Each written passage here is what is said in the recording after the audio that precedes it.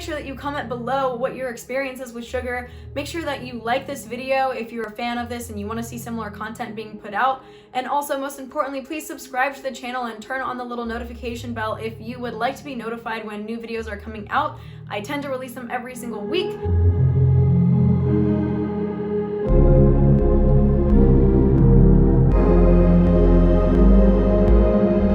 Hey guys, thanks for joining me. Alexa here today, helping you to make sense out of spirituality and health related Today is Halloween and I've got a special treat for you. We're going to be talking about sugar today. I've got 5 main points that I want to make about sugar today, as well as a couple of Q&As that I wanted to address with some questions that people have been asking me, and most importantly, some tips and giveaways if you are trying to eliminate sugar from your diet or at least reduce it. So we're going to get right on into it with the juicy bits. Here we go.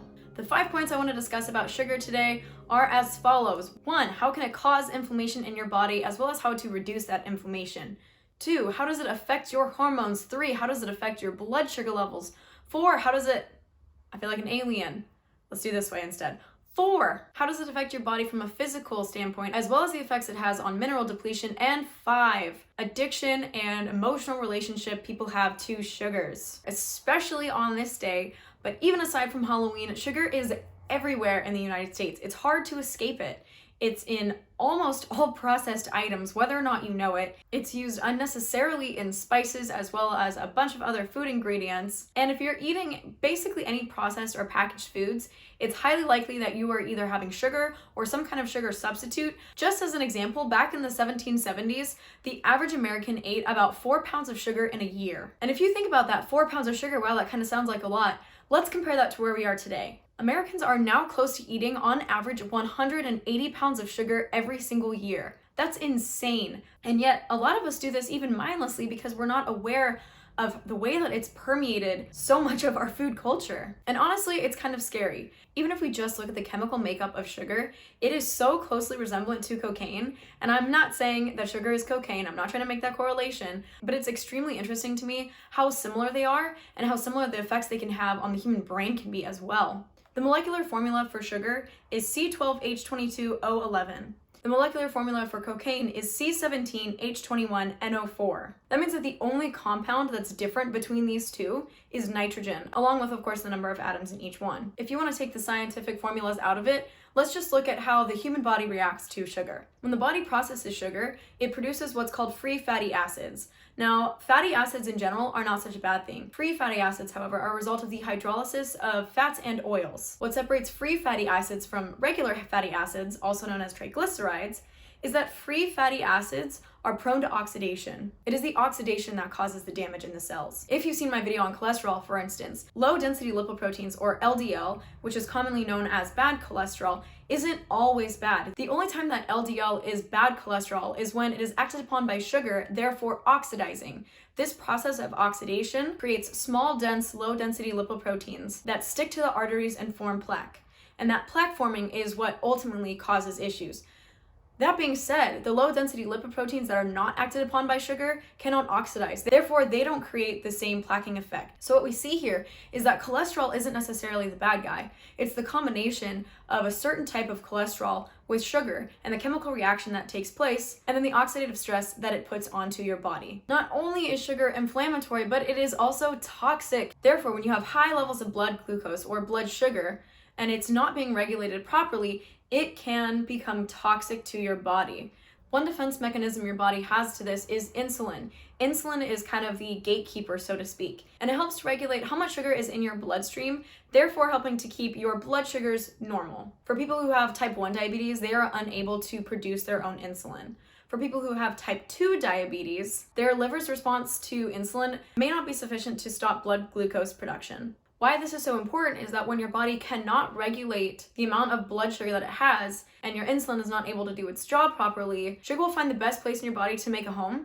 And once it's found its home in that place, it will continue to cause oxidative stress and inflammation to that specific point. So for instance, if sugar wants to find a home in your kidneys, then this can lead to diabetes. And a lot of patients end up having to go on dialysis to be able to keep this organ functioning properly. Sugar is also toxic to the heart, and it may find a home in the heart. And if that's the case, then it's pretty common that an individual may eventually have heart disease or stroke. Sugar is also toxic to the brain. If it finds a home in your brain and starts to deteriorate it, then this can affect cognitive function as well. A lot of scientists are actually starting to call Alzheimer's Alzheimer's, type 3 diabetes. Sugar can also be toxic to the limbs, and this is why some diabetic patients may end up having to undergo amputation, because if all of the sugar has accumulated in a specific spot, let's say in the leg, and it becomes dangerous to that individual, it may have to be amputated. Now, I'm not saying that sugar is the only thing that causes this.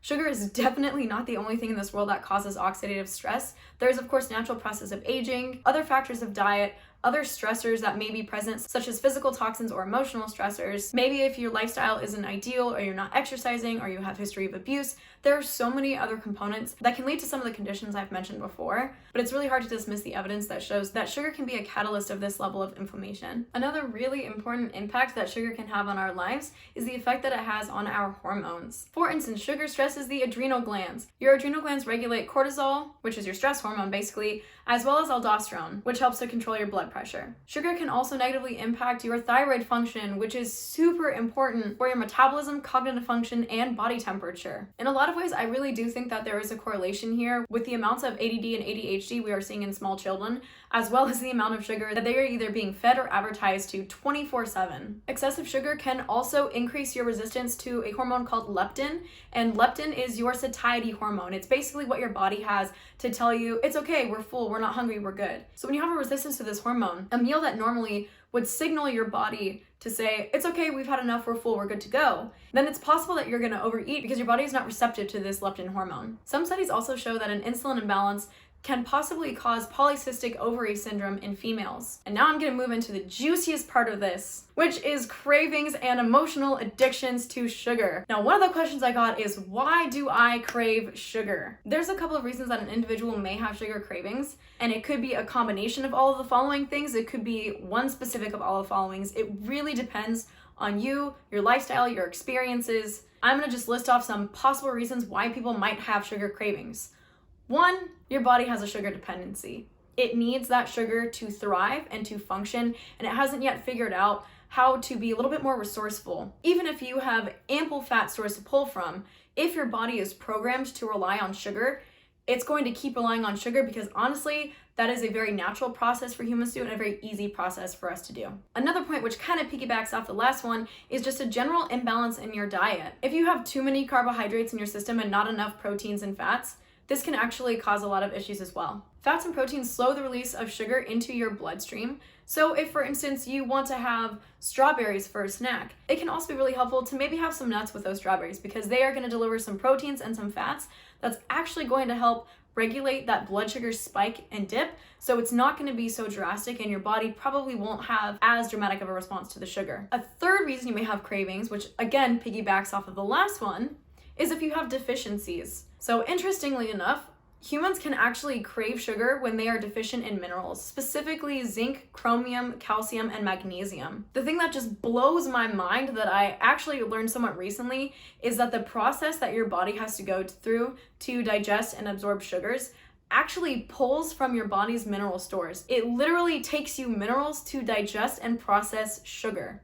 And especially if you're dealing with a sugar craving, it's going to become a vicious cycle and you need to make sure that you are getting enough of those minerals either through whole foods, supplementation, or both. And finally, the fourth component that can cause sugar cravings, and honestly, I think this is the most important but also potentially hard to shift point, is emotions. As noted earlier, sugar has a lot of similarities to cocaine.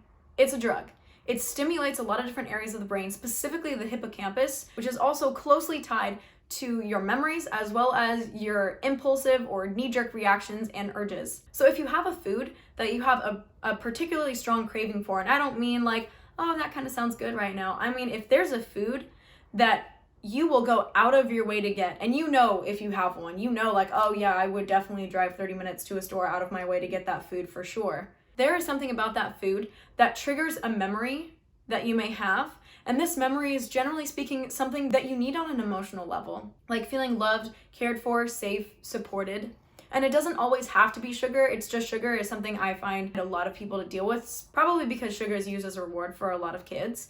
But if you have a specific memory attached to a food, like let's say brownies. Brownies is one of my big ones. I love brownies. But there have been times when I notice an unreasonable craving, like I will go out of my way, go to the store, get gluten-free brownie mix, come home, make it at weird hours, because it's something that I'm really craving. And the reason for this is because I think brownies are tied to a childhood memory I have. Let's say it's a memory I had with my mom.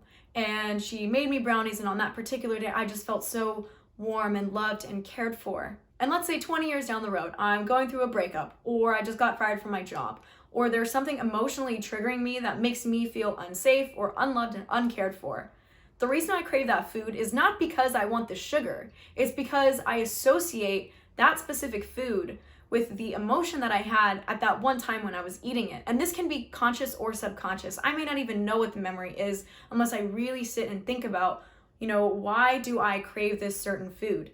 And again, it goes beyond a physical craving. It goes beyond a once in a blue moon, like, oh, that sounds kind of nice. This kind of craving is intense and it's triggerable. So I would definitely say that if you feel like you're dealing with a sugar craving, is it a specific food or a specific type of sugar? Because that can actually indicate that you have an emotional attachment to that food. So let's say that you decide you want to eliminate sugar, or at least avoid it or reduce your intake of it. How can you do this? Is it even possible to have virtually no sugar in your diet? Yes, but it is difficult. So a few tips that I have for reducing sugar: it is possible to live on a diet that has absolutely no sugar and to be a completely healthy individual. In fact, I would argue that when we look at the inflammatory properties that sugar has, it might actually be best to try to eliminate sugar as much as you physically can. Even a small amount of sugar, especially like high fructose corn syrup, it can make your body extremely acidic. So reducing small amounts, even if it seems like it's just a little bit, it does go a long way. So if you're looking to reduce or eliminate, the best thing you can do starts with awareness. Being aware of what you're putting into your body, and just being aware of all of the things that they put sugar in that realistically should not have sugar in them. There are a ton of different names for things that are basically sugars or processed as sugars in our body, or sugar substitutes.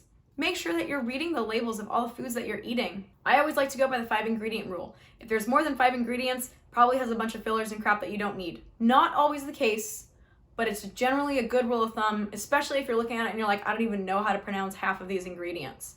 Processed foods that have a ton of scientific looking name things tend to be manufactured with sugar, and it may be hidden in the label, so I highly encourage you to do your due diligence and read things closely. And if you don't want to deal with that, an easy way to go is to just focus on making your own meals, cooking whole foods, get your own meat, get your own fruits and vegetables. Spices are a huge culprit. I know so many spices that look great and boutique-y, and they have sugar in them. Read the ingredients on your spices. It's little things like that where sugar just pops up. It's probably in about 60% or more of the standard blends that you may have in your own household.